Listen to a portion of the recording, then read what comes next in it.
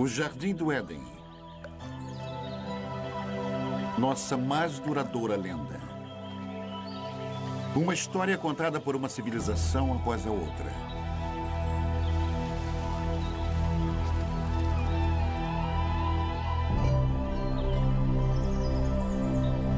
Uma história de sedução.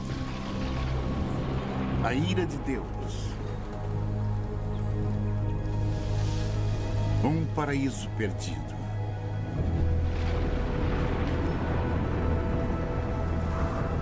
Mas será somente uma fábula? Existem provas de que as grandes histórias da Bíblia tenham sido verdade? De fato, existiu um lugar como o Éden?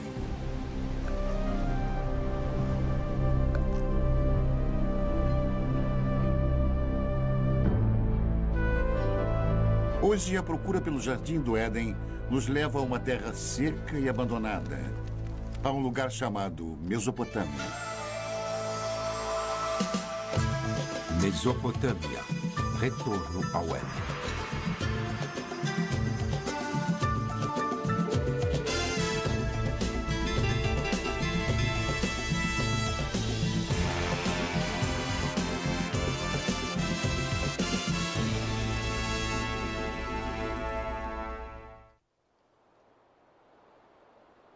Esta é a terra onde as primeiras sementes de civilização humana foram plantadas.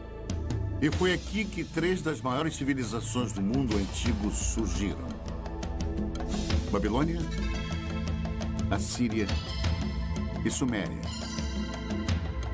Em meio às suas ruínas, as respostas há muito procuradas para os mais profundos mistérios da Bíblia, enquanto arqueólogos percorrem esta terra em busca da origem histórica da fé. Nossa busca pelo Éden é uma viagem de volta ao passado. Primeiro até a Babilônia, a última dessas civilizações. Depois, mais distante no passado, até os assírios, os primeiros mestres da arte da guerra.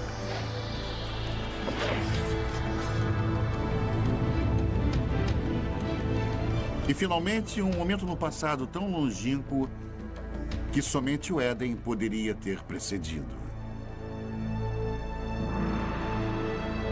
Até a Suméria e a criação da civilização em si. O grande arco da crescente fértil. Ao longo de mais de 6.000 anos, esta rica terra, situada entre os rios Tigres e Eufrates, deu início às primeiras grandes civilizações.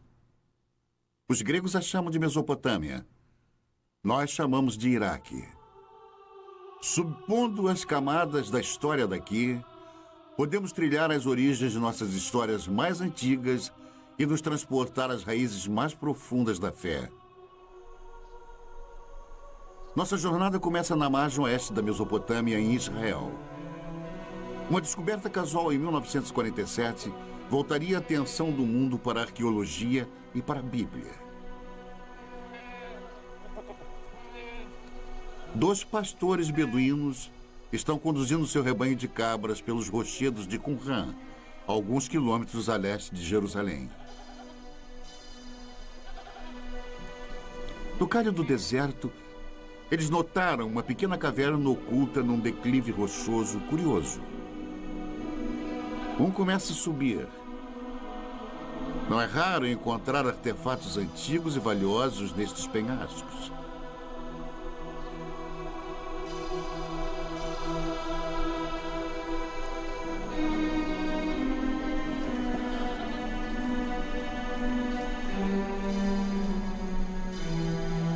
Dentro da caverna, o pastor descobre destroços de antigos potes, fragmentos de pergaminhos de couro e algumas folhas de papiro, tudo intocado desde o tempo de Jesus. Estas escrituras de uma seita judaica monástica chamada Essênios viriam a ser conhecidas em todo o mundo como os manuscritos do Mar Morto. Nas cavernas ao redor, centenas de papiros antigos seriam eventualmente descobertos. Uma delas provou ser a primeira versão do Antigo Testamento, incluindo os 5 primeiros livros fundamentais conhecidos pelos judeus como Torá. Os manuscritos do Mar Morto imediatamente se tornaram foco de um tremendo alvoroço internacional, enquanto eruditos e teólogos disputavam a posse e os significados deles. E a sensação foi importante. Isto foi descrito como um dos achados arqueológicos mais importantes. E são muito valiosos para os judeus, porque eram judaicos. Eles vêm de um período fundamental na história judaica.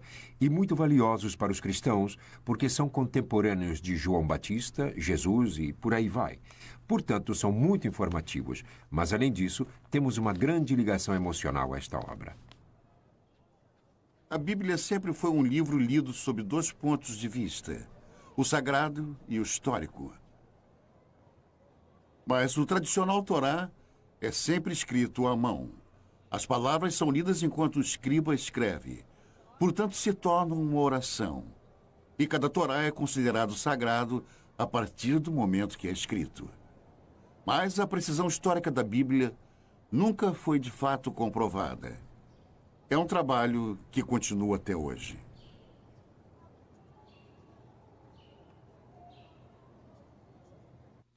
Alguns dos livros da Bíblia são excelentes livros de história.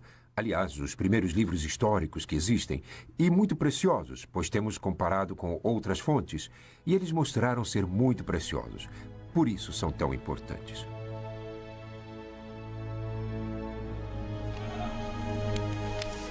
A descoberta dos manuscritos do Mar Morto foi o evento mais famoso da arqueologia bíblica, mas não foi o primeiro. A ânsia por explorar a história bíblica tem uma tradição respeitável. É uma procura que começou na Terra Santa, mas levaria à Mesopotâmia.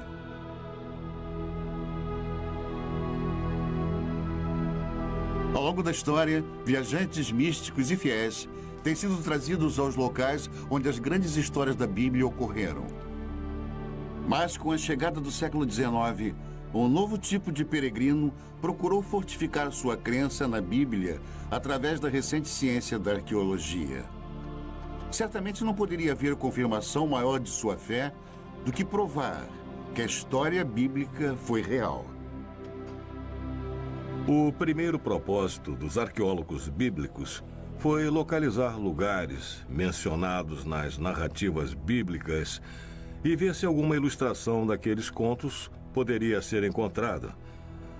Para usar a cerâmica antiga, as antigas muralhas da cidade, as antigas armas como ilustrações de histórias bíblicas que todos eles haviam aprendido na infância.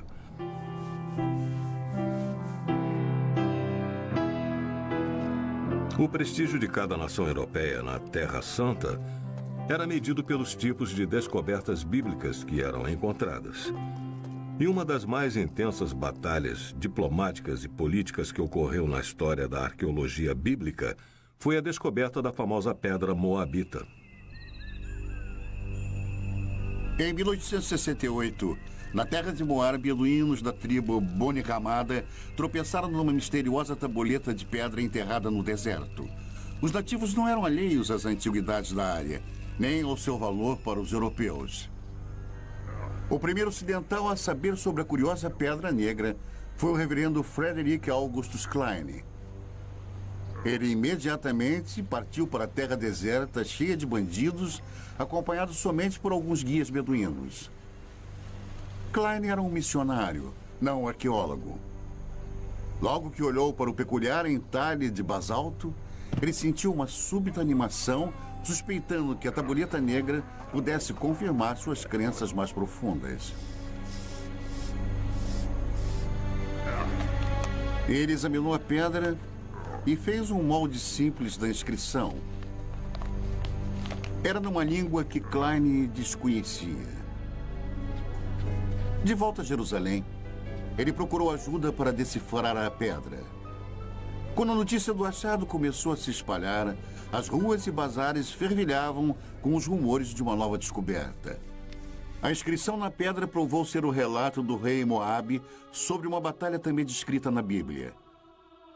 Pela primeira vez, ali estava uma confirmação escrita, gravada na pedra, de uma história da Bíblia. Duas fontes de um mesmo evento. Para os fiéis, aquela era a prova que estavam procurando. Uma evidência concreta da precisão histórica da Bíblia. Muitos quiseram comparar a pedra, mas os beduínos tinham motivos para desconfiar.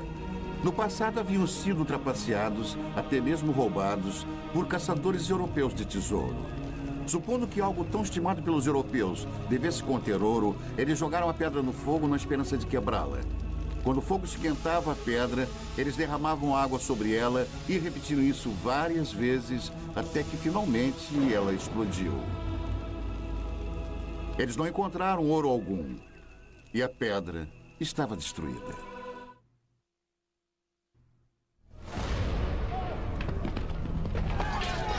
O ano é 586 a.C. O exército de Nabucodonosor, rei da Babilônia, invade Jerusalém com a ira de um Deus furioso. Estamos a quase 6 séculos antes do nascimento de Cristo. Os romanos ainda nem sonhavam com o império. É um capítulo negro na história dos judeus, enquanto a impetuosa estrela da Babilônia nasce. A Bíblia descreve o ataque babilônico. Cortou em pedaços todos os utensílios de ouro que fizera Salomão para o templo do Senhor. Todos os príncipes, todos os homens valentes, todos os artífices e ferreiros, ao todo de 10.000. Ele os levou cativos de Jerusalém à Babilônia.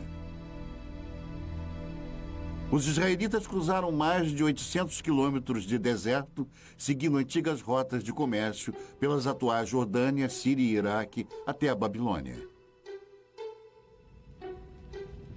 Em Salmos 137, os israelitas lamentam: às margens dos rios da Babilônia, nós nos assentávamos e chorávamos, lembrando-nos de Sião. Como, porém, haveríamos de entoar o canto do Senhor em terra estranha? Fracos e exaustos, os israelitas chegaram à Babilônia, amedrontados com tamanha grandiosidade. Arrancados da modesta cidade de Jerusalém, eles contemplavam a majestosa capital do mundo antigo.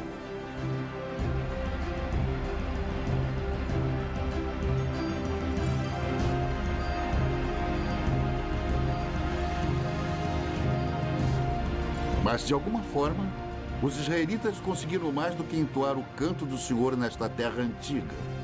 Eles também registraram. Se você pegar qualquer parte de uma fala e então escrevê-la, você está formalizando isso. Você imediatamente estabelece um texto que as pessoas podem criticar ou podem dizer: esta é a verdade, tudo mais é errado. Que eu considero como sendo o maior efeito das escrituras da Bíblia ou do Antigo Testamento. Hoje, as muralhas reconstruídas ao redor da Babilônia estampam o nome de Saddam Hussein. Mas um dia os tijolos exaltavam outro nome: Rei Nabucodonosor. Esta foi uma terra de muitos deuses e ídolos pagãos. Um local improvável para o surgimento de um dos textos mais sagrados do mundo. Na verdade, a grande diversidade babilônica criou o clima perfeito. E eles invadiram este solo cosmopolita. Até os mais educados e os mais cultos estavam sendo bombardeados com contato direto com outras pessoas, e digo pessoas diferentes. Os israelitas se viram numa violenta mistura de raças e línguas em conflito com deuses e demônios. Que cidade é esta? O Apocalipse perguntaria. Vestida de púrpura e de escarlate, adornada de ouro, de pedras preciosas e de pérolas. A morada dos demônios, covil de toda espécie de espírito imundo. Babilônia, a grande mãe das meretrizes e das abominações da terra. Mas em meio a todas as abominações, talvez até mesmo por causa delas, foi onde a Bíblia se tornou um livro pela primeira vez. Ameaçados por uma nova cultura esmagadora, escribas hebreus se empenharam em preservar e solidificar a identidade judaica.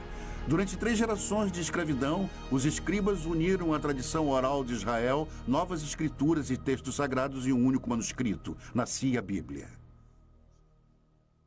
Felizmente para eles, os babilônios eram bem liberais. Eles os permitiram manter sua própria cultura, sua própria religião, estudar seus próprios livros. Foi isso que preservou a Bíblia até os dias de hoje. Mas como os livros da Bíblia surgiram nos longos anos de exílio, a cultura babilônica teria influenciado profundamente o trabalho dos escribas israelitas. Eles eram pessoas muito cultas, eu suponho. Muitas das que foram exiladas. E escribas conversavam com escribas. Tenho certeza que foi assim que muita informação foi transmitida. E a troca de ideias e conhecimento deve ter sido, eu diria, devastadora, deve ter sido extraordinária. A Bíblia eventualmente refletiria as histórias e tradições dos babilônios e até mesmo das primeiras civilizações mesopotâmicas. Os israelitas não podiam ignorar a cultura próspera e os grandes monumentos babilônicos. Seus templos estavam entre as maiores construções do mundo antigo. Construções públicas enormes. Uma via processional, o Palácio de Nabucodonosor, com seus legendários jardins suspensos, palmeiras, o rio. Se você tivesse cruzado o portão de Ishtar, teria sentido o odor da brisa. E era intencional. Você estava na presença de algo poderoso. Mas por todos os lados estava a cidade, as pessoas, os plebeus. Os desfiladeiros, travessas tortuosas, o tumulto de pequenas lojas. Multidões de pessoas caminhando, pequenos bairros, amontoados, cheios de vida.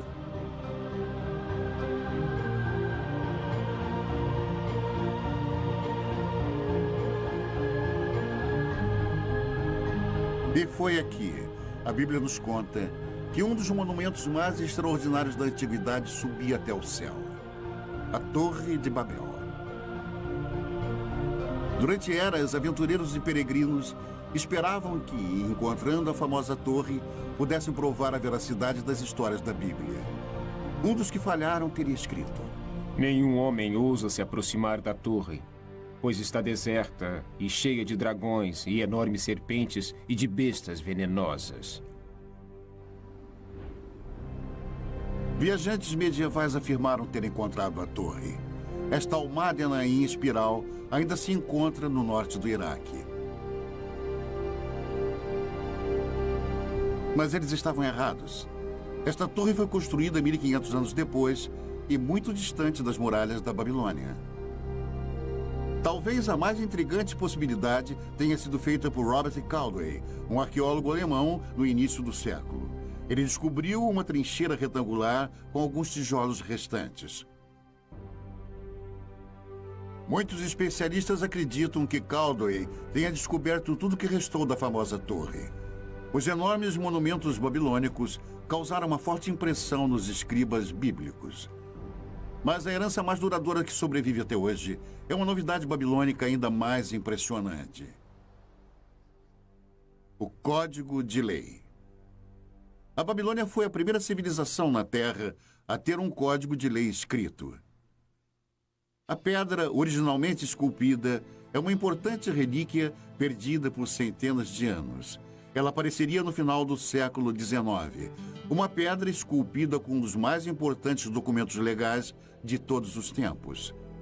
1200 anos antes dos israelitas serem levados em cativeiro, o rei da Babilônia mandou esculpir uma pedra com as leis que carregam o seu nome. Código de Hammurabi. Estas escrituras podem ser tidas como precursoras do Código de Lei em Êxodo, Levítico e Deuteronômio. Nas sociedades em que o conhecimento e a lei são transmitidos e compartilhados oralmente, o precedente é muito importante. Quando foram escritos, as pessoas que o fizeram tinham imenso poder. O Código de Hammurabi influenciou quase toda a civilização desde a Babilônia. Hoje, até mesmo alguns de seus métodos mais primitivos de julgamento sobrevivem intactos. Hammurabi descreve um ritual chamado aprovação. Um teste doloroso, até mesmo mortal, de culpa ou inocência. Em algumas remotas tribos beduínas, a aprovação ainda é praticada tal como era feita no tempo de Hammurabi. Nesta rara filmagem, um sagrado chamado Mubashi irá julgar os acusados examinando suas línguas após eles lamberem uma colher de ferro quente.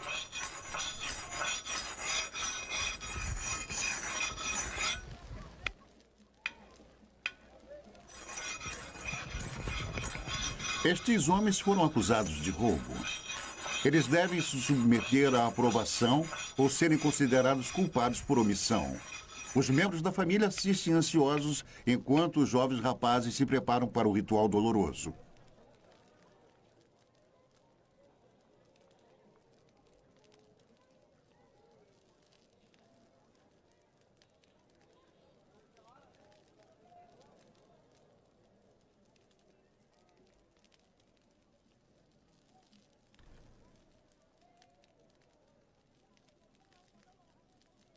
A água não alivia a dor. É para limpar e purificar o bebedor e prepará-lo para o julgamento. O homem sagrado reza e depois examina as línguas queimadas, buscando um sinal de Deus.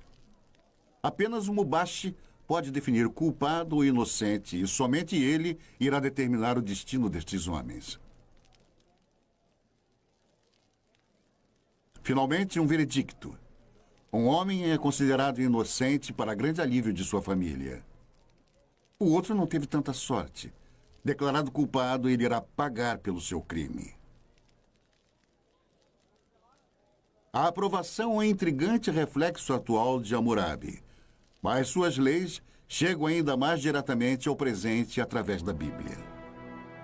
Hammurabi estabeleceu leis. Ele não inovou nada. Ele apenas estabeleceu por escrito as leis às quais eram realizadas pelos antecedentes há centenas, se não milhares de anos. Olho por olho, dente por dente, e princípios como este, muitos dos quais ainda se encontram.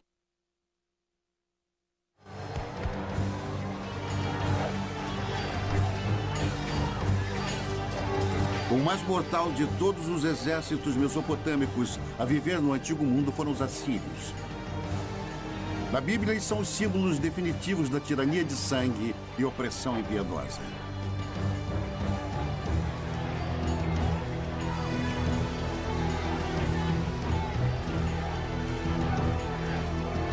Cem anos antes de Nabucodonosor levar os israelitas em cativeiro para a Babilônia, a Bíblia nos conta que o rei assírio Senaqueribe atacou as terras dos israelitas.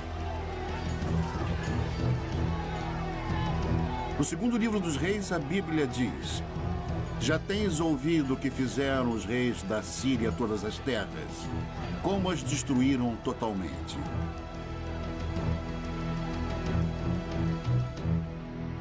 Os assírios eram dominados por reis déspotas. Eles acreditavam no poder absoluto. E poder absoluto significa controle. E o poder absoluto quase que invariavelmente se mantém no poder graças à eficiência e força militar. E os assírios mantinham uma enorme máquina de guerra forte e eficiente.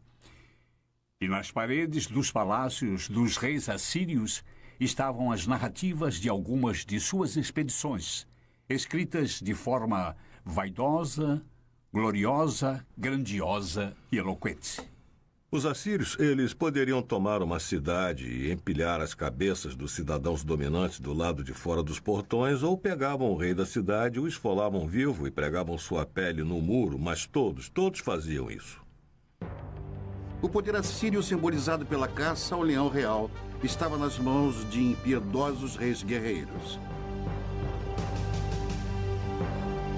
Até mesmo a Bíblia demonstra uma relutante admiração.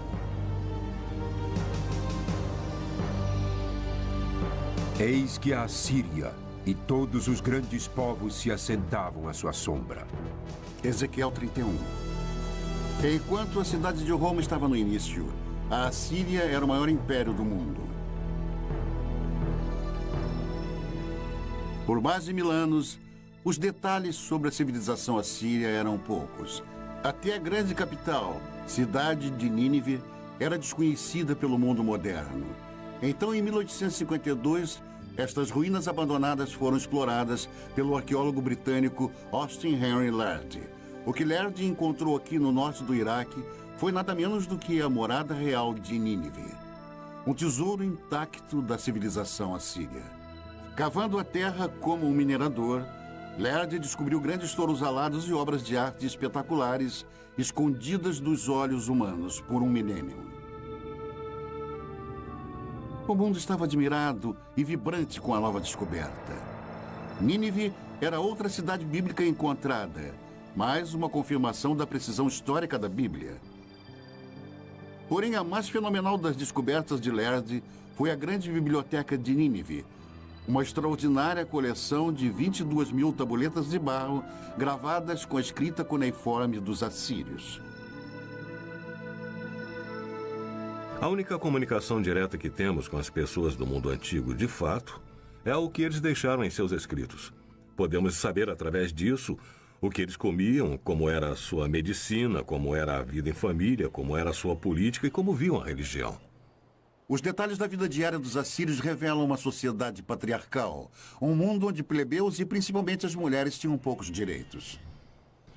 Toda mulher assíria, quando ainda jovem, antes do casamento, ia ao templo de Estar, sentar nos degraus e ficava lá até que algum homem se aproximasse e deixasse cair uma pedra na barra do seu vestido. Então ela entrava com ele e tinha relações. Era assim. Mas neste mundo tirânico havia uma certa justiça.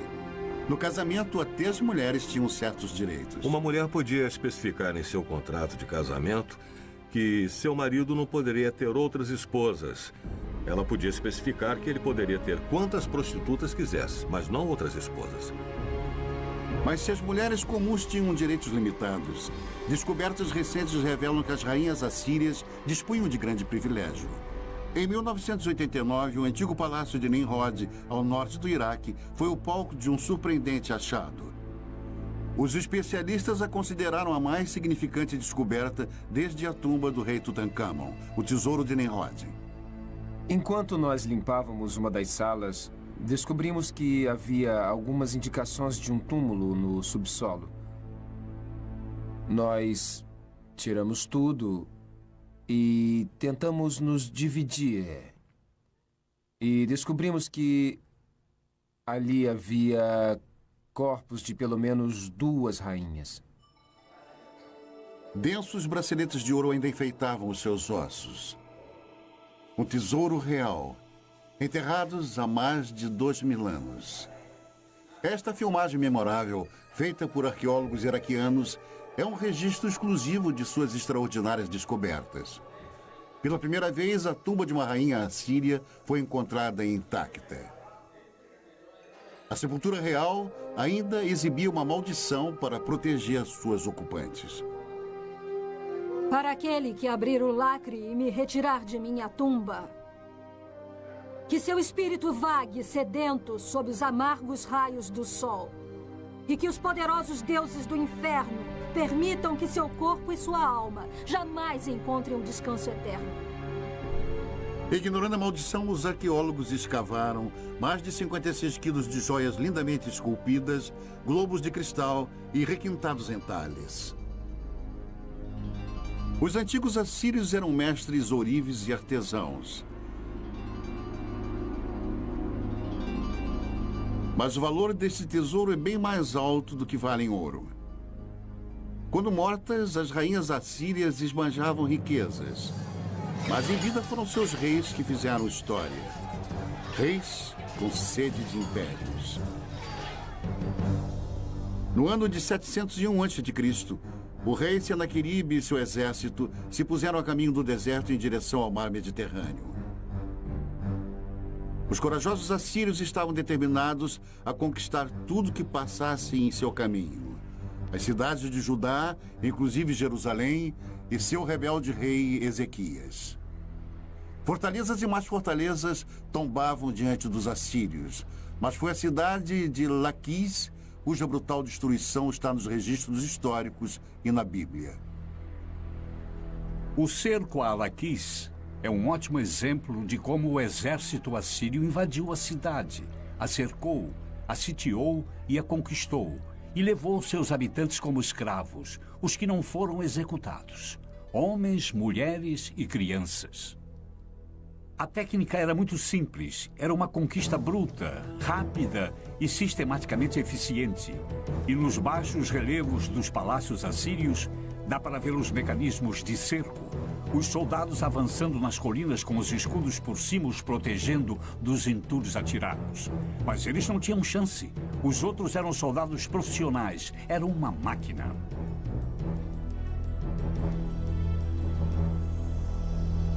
Da cidade capital de Jerusalém, o rei Ezequias sabia que um ataque assírio era inevitável.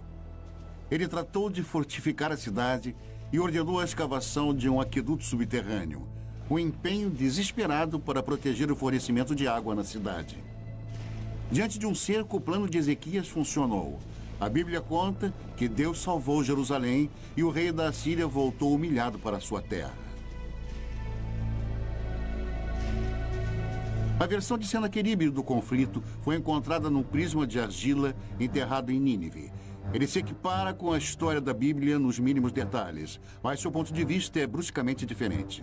Mas quanto a Ezequias, o judeu que não se curvou em submissão ao meu domínio, 46 de suas cidades fortemente muradas, eu ataquei e conquistei. O esplendor de minha autoridade o derrotou. As histórias são contadas de ângulos diferentes, mas estão de acordo. Se você tiver que contar sobre o que aconteceu hoje, e se tiver que contar, contaremos histórias diferentes. Temos a história de Senaqueribe invadindo este país. Cada uma conta basicamente sobre o mesmo evento histórico, completamente sem contradições. Sem contradições, exceto uma. O resultado na versão de Senaqueribe, Ezequias está confinado em Jerusalém como um pássaro na gaiola. Mas, segundo a Bíblia, os exércitos assírios estão contidos nas muralhas de Jerusalém. Este talvez seja o primeiro exemplo de manipulação de informações. O Deus dos israelitas dá a última palavra.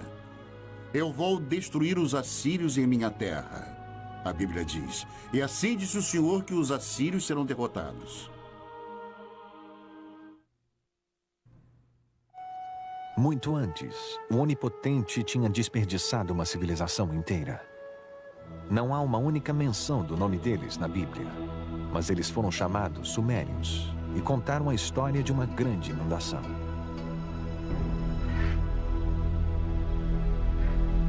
É uma das mais famosas histórias de toda a Bíblia, a saga da Arca de Noé. Um Deus raivoso, um barco de madeira, um dilúvio. É a história de Noé e sua família fugindo para a arca com cada espécie de animal e sobrevivendo ao castigo da inundação, enquanto o resto da humanidade é destruída.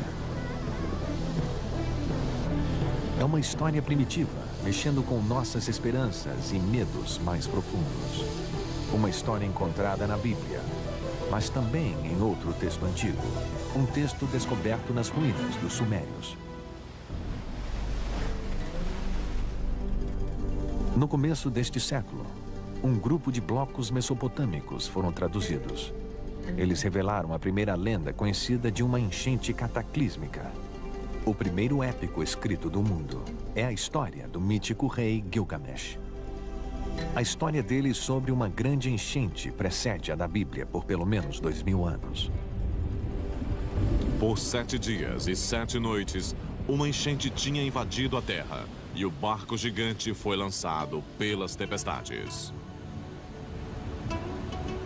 O barco navega até uma montanha. Ele solta os pássaros, que é a história que tem uma semelhança com a enchente bíblica. É uma história maravilhosa. Mais de 5.000 anos atrás, a história do grande dilúvio foi contada primeiro aqui, nas cidades antigas da Suméria, Uruk, Eridu e Ur. Na Suméria, encontramos o início de quase tudo que nos fez civilizados. Eles inventaram a roda, o governo e a jardinagem. Suméria, a primeira civilização na Terra. Em uma terra sem pedra, eles projetam tijolos de barro, como aqueles ainda feitos e usados hoje. E daqueles simples blocos de construção, eles levantaram os primeiros grandes monumentos, chamados zigurats, construindo templos que invadem dezenas de metros pelo ar. Os sumérios inventaram 1 minuto de 60 segundos e até mesmo o adolescente problemático. Onde você foi? Não fui em lugar nenhum. Se você não foi a lugar nenhum, por que fica perdendo tempo? Vá para a escola. Fique na frente do seu professor. Narre a sua lição de casa, escreva o seu trabalho. Você me entendeu? Sabemos sobre os sumérios, o que fizeram em suas vidas diárias, graças à mais impressionante invenção deles, a escrita. Nós conhecemos a mais antiga lenda deles e seus segredos mais íntimos, porque alguém escreveu. Foi algo que ninguém havia feito antes. É uma janela, mas uma janela que é composta de várias partes, algumas das quais podemos ver e algumas não. Nós necessitamos de muito mais do que temos. Então, o que temos é espetacular. Em alguns casos, nós também temos que ter em mente que há parte das vidas das pessoas que nunca vemos e que nunca veremos porque há pessoas cuja escrita não foi levada em conta. 5.000 anos atrás, alguém escreveu sua história na argila, nos dando uma ideia de um mundo no seu primeiro relance de civilização. Como um povo, os sumérios eram de certa maneira muito autênticos. Eles se preocupavam sobre conhecer outras pessoas e beber cerveja e coisas assim. E há várias coleções de poemas que relatam as preparações de uma mulher para o seu amante e como ela se veste e espera pelo seu amante. O centro desta civilização era a cidade perdida de Ur, onde se imaginava ser o lugar de nascimento de Abraão, o primeiro dos patriarcas bíblicos.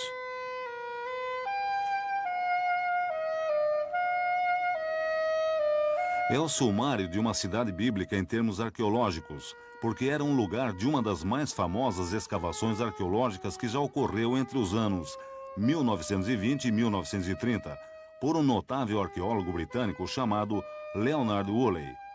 Um arqueólogo britânico descreveu a arqueologia como sendo a ciência dos detritos ou restos, o que é verdade. Mas me dê um arqueólogo que possa fazer pedras e ossos e tijolos e potes criarem vida. Leonard Woolley era assim. Ele pegaria pessoas num passeio por um pequeno quarteirão de Ur, onde as fundações da casa estivessem expostas, e conforme fossem andando, ele falaria da vida das pessoas que viveram nestas casas.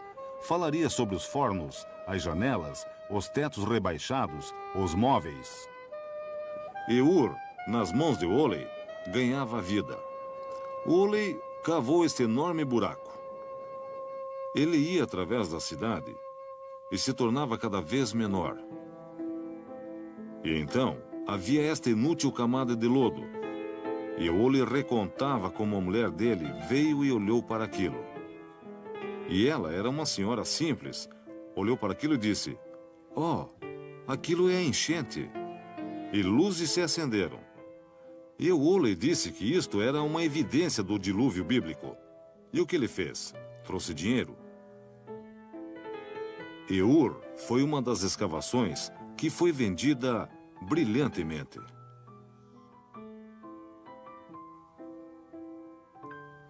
Especulações sobre o dilúvio bíblico causaram uma sensação. Mesmo sem uma prova concreta, foi como se a ciência e a Bíblia tivessem se unido no desolado deserto do sul do Iraque. Woolley iria finalmente desenterrar um tesouro indiscutível. Uma descoberta que trouxe visões extraordinárias para esta primeira das civilizações, as tumbas reais de Ur.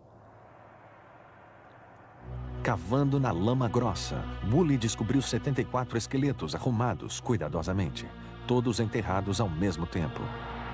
O sepultamento contou a chocante história de uma jornada final de um rei para o além e daqueles que o acompanharam.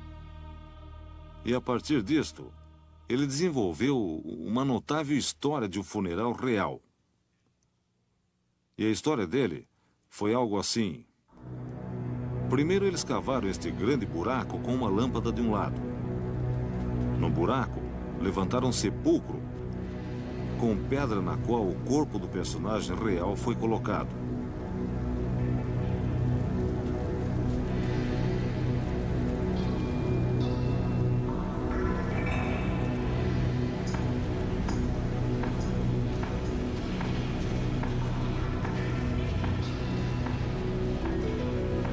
Então, a corte inteira entrou no buraco.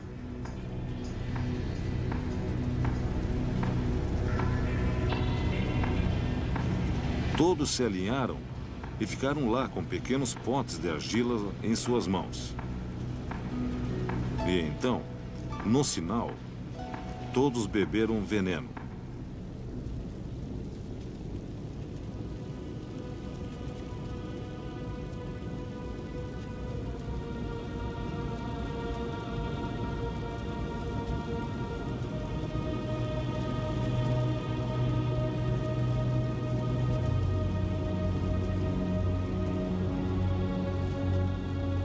Deitaram e morreram. Então, o príncipe foi para o seu túmulo acompanhado por todos os seus seguidores.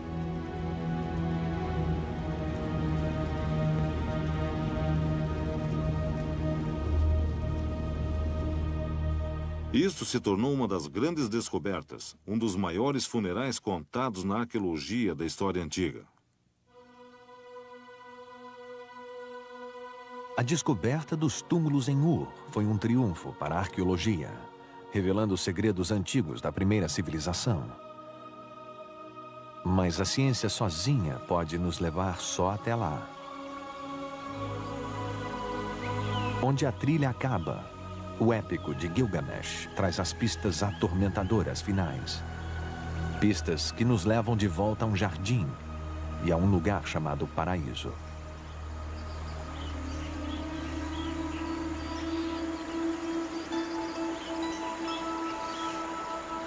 Ah, o Jardim de Éden. No começo, Deus criou o mundo. É uma história familiar. Você tem esse tipo de mito da criação em quase toda a sociedade na Terra. E um desejo constrangedor do povo de um mundo melhor. Jardins de Éden.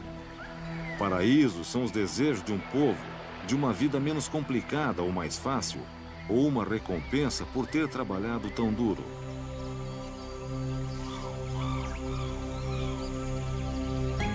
No antigo épico sumério de Gilgamesh, o nome dado ao paraíso é Dolmen. É um lugar além da habitação humana normal e como se apresenta no mito sumério da enchente, que é onde os sobreviventes da enchente foram morar. E há outros mitos que mostram Dolmen como um lugar onde tudo era perfeito. Dolmen aparece na lenda mesopotâmica como uma espécie de jardim do Éden. Como um tipo de paraíso, um lugar de verdejante frescor e água abundante, e ventos e brisas. É um lugar de maravilhas, um lugar perfeito. É também o lar para uma serpente. No épico antigo, a serpente rouba a flor que gera a imortalidade. E assim como Adão, Gilgamesh deve deixar o jardim e morrer. A ideia do paraíso parece universal. Mas no que se baseia? Este lugar existiu? A resposta indica um lugar encantado e real. 640 quilômetros ao sul da antiga cidade sumeriana de Ur, fica a ilha de Bahrein. Um mercado essencial nas rotas do comércio através dos desertos áridos e mares salgados da Mesopotâmia.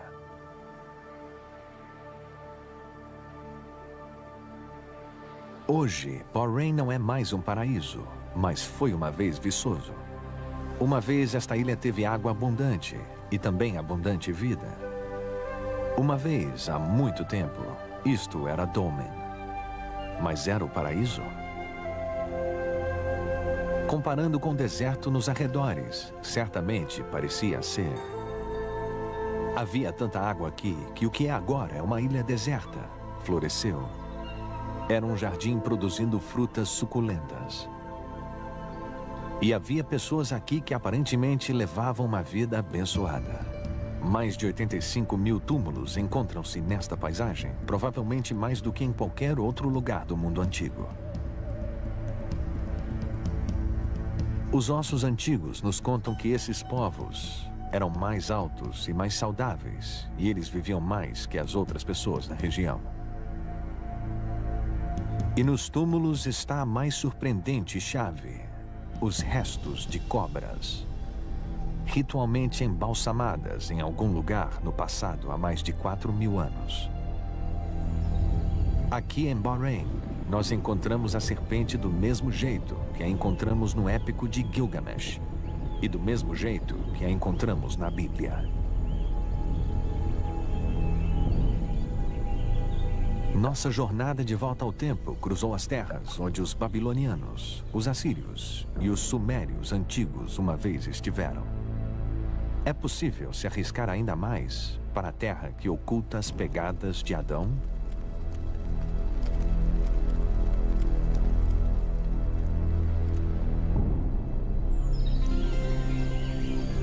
Aqui, fé e razão devem caminhar juntas. Nós agora sabemos que houve uma ilha paradisíaca na Mesopotâmia.